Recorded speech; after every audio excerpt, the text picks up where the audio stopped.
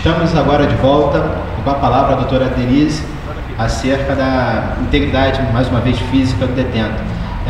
Trouxe um relato, o Jorge agora, sobre o fato de ele ter salvado a vida de um detento. Não são vários, né, como já relatou, mas nem sempre os detentos acabam tendo essa mesma sorte e alguns acabam morrendo. Em algumas passagens do livro, eles usam até os seus algozes, né, equipamentos que são feitos nas células, chamado de estoquete, não é isso? Estoques. E acabam esfaqueando, né, como se fosse uma faca para esfaquear o detento ali, enfim. Não necessariamente entrou uma arma no presídio, mas eles acabam fabricando esse tipo de material dentro da própria cela para causar esse dano, a morte de um outro detento. Com relação a esse fato, juridicamente, o que deve ser feito? Qual o procedimento que a família deve adotar? Sim. A responsabilidade do Estado, a partir do momento de que o detento está condenado, está prestando contas à sociedade dentro de um presídio, é total. O Estado, como eu já disse aqui no segundo bloco, deve garantir a integridade física e psíquica do detento, embora, infelizmente, na prática isso não seja respeitado, porque não temos profissionais suficientes para isso, não temos presídios suficientes para abrigar toda essa população carcerária que só cresce.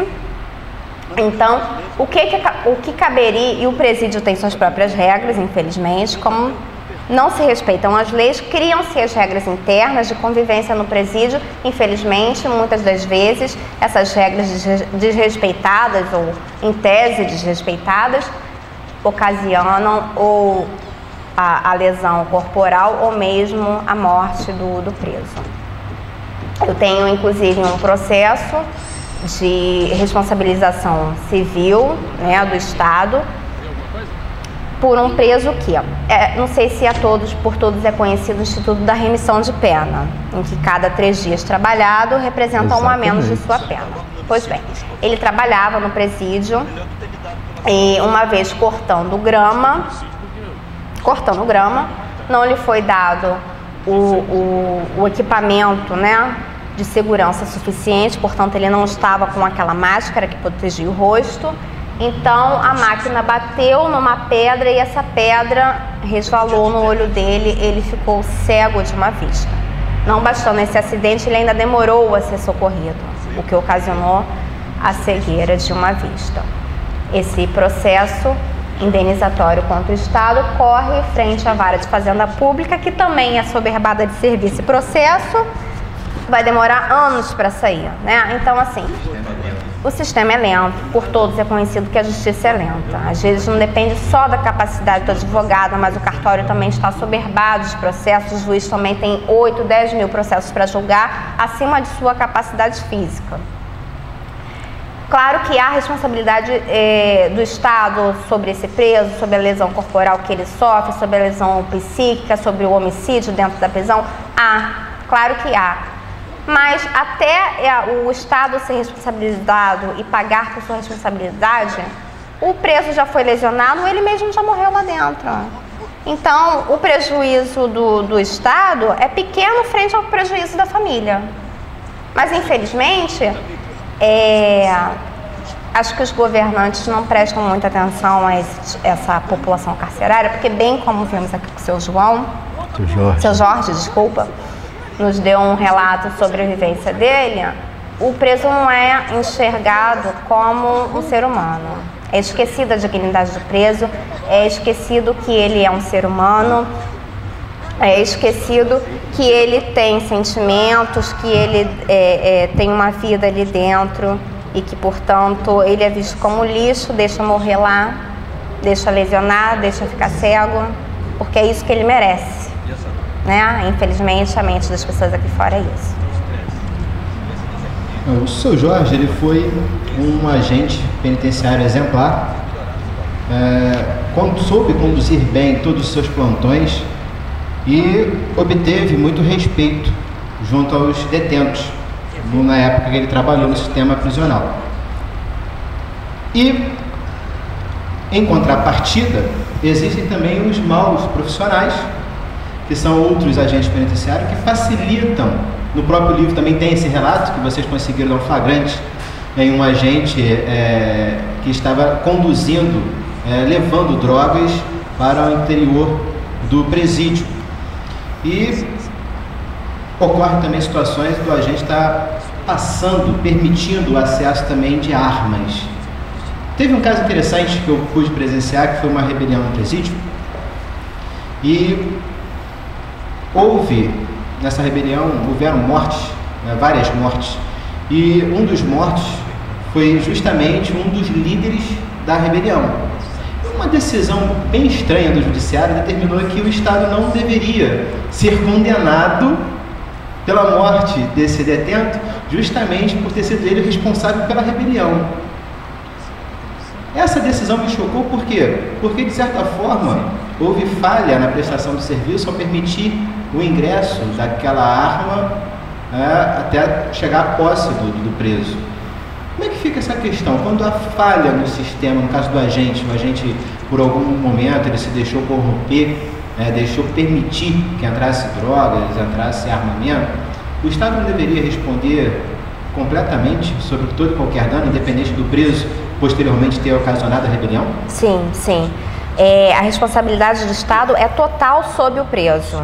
Independente de ter entrado a arma, ou dele ter sido esfaqueado, ou ele ter sido enforcado, independente nessa questão da responsabilização do agente que permitiu a entrada da arma, independente da entrada da arma, da possibilidade de entrada da arma, a vida do preso está sob a responsabilidade do Estado e ele deve ser responsabilizado pela morte, pela lesão, por qualquer dano que haja à vida do preso.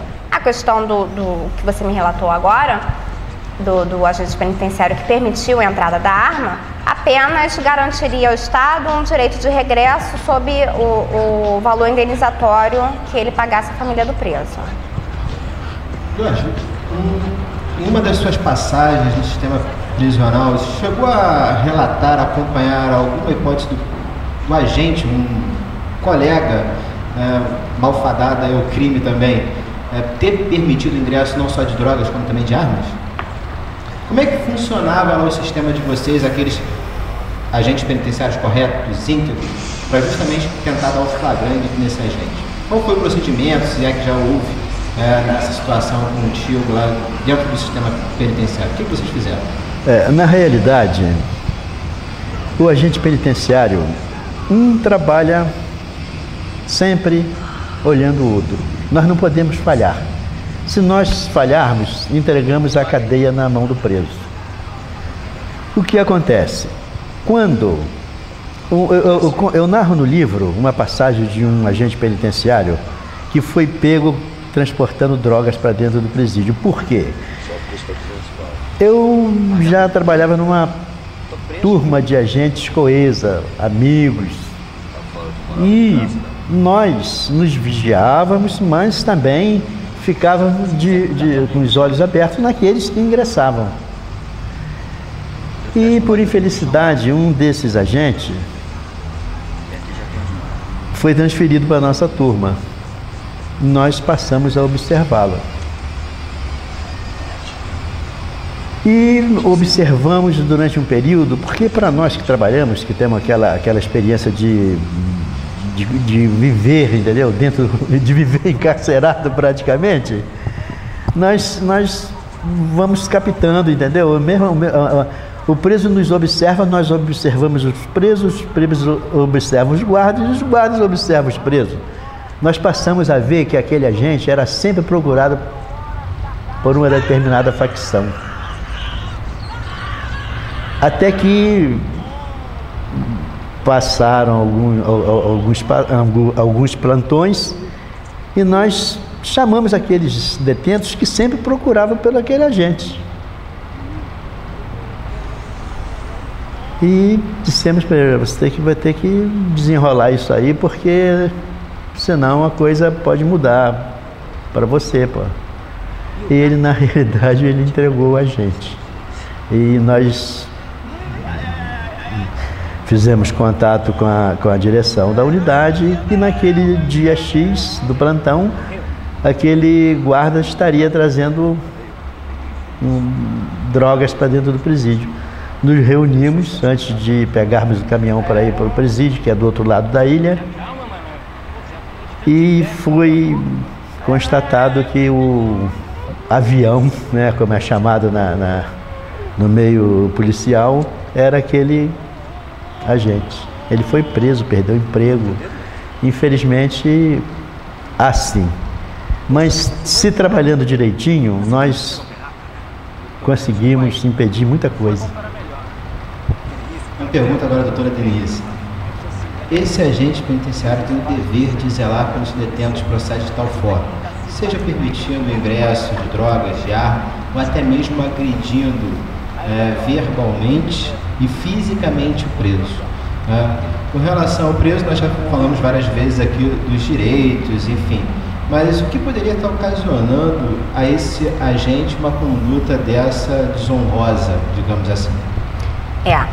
O primeiro passo seria o processo administrativo que ele sofreria por conta, né, de estar numa conduta que não corresponde com as suas atividades, né? E independente disso, poderia também correr um processo penal. Interessante ressaltar que o processo administrativo corre independentemente do processo penal. Então, ele pode ser considerado culpado no processo administrativo e inocentado no processo penal. Ou mesmo inocentado no processo administrativo e culpado no processo penal. Eles não estão vinculados. Às vezes até realmente ocorre. Seja por, digamos assim, apadrinhamento, que existe muito no serviço público. Então pode estar acontecendo e estar respondendo criminalmente, ser condenado até criminalmente, mas administrativamente ser absolvido. Sim. Causa uma celeuma muito grande. Sim. Com relação a mas isso. Acontece. Bem, no nosso próximo bloco, nós vamos para um pequeno intervalo, vamos falar sobre a questão da visita íntima, um assunto muito delicado. Até já.